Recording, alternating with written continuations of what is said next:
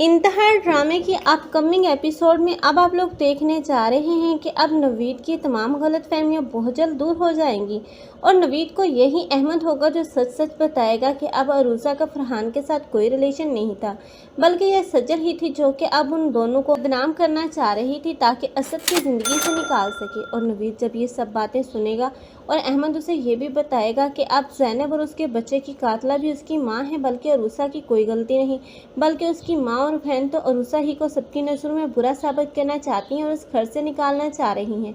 तब नवीद के तो पाँव तले ज़मीन ही निकल जाएगी, क्योंकि उसने अरूसा के साथ इतनी बदतमीज़ी की और हमेशा से ही उसको अपना दुश्मन समझता रहा। लेकिन अब यही अरूसा होगी जो कि अब ज़िंदगी और मौत की कश्मकश में है। लेकिन अब यही नवीद है जो कि बहुत ही ज़्यादा शर्मिंदा है और उसे अपनी की गई ज़्यादतियों पर बहुत ही ज़्यादा शर्मिंदगी है।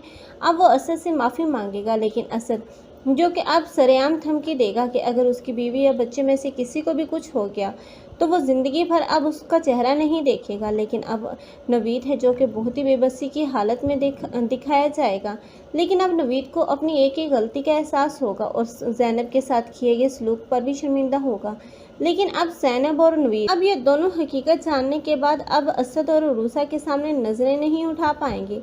लेकिन अरूसा जिसका बच्चा भी बिल्कुल ही सही सलामत होगा और वो अपना बच्चा इसी ज़ैनब के हवाले करेगी, तब ज़ैनब और नवीद तो बहुत ही ज़्यादा खुश होंगे और अरूसा का शुक्रिया अदा भी करते हुए नजर आएंगे। लेकिन ये सब कुछ जो भी गलतफहमियां हैं दूर होंगी वो सिर्फ अहमद की वजह से, क्योंकि अहमद एक बार फिर से इन सबको एक साथ देखना चाहता है, क्योंकि वो जानता है कि उसकी माँ और बहन की वजह से इन तमाम रिश्तों में इतनी ज़्यादा गलतफहमियां और खलिशें पैदा हो गई थी।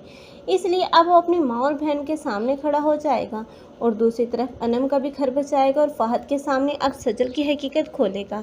आप लोगों को ये ड्रामा कैसा लग रहा है और कौन कौन चाहते हैं कि अब इस ड्रामे की हैप्पी एंडिंग होनी चाहिए?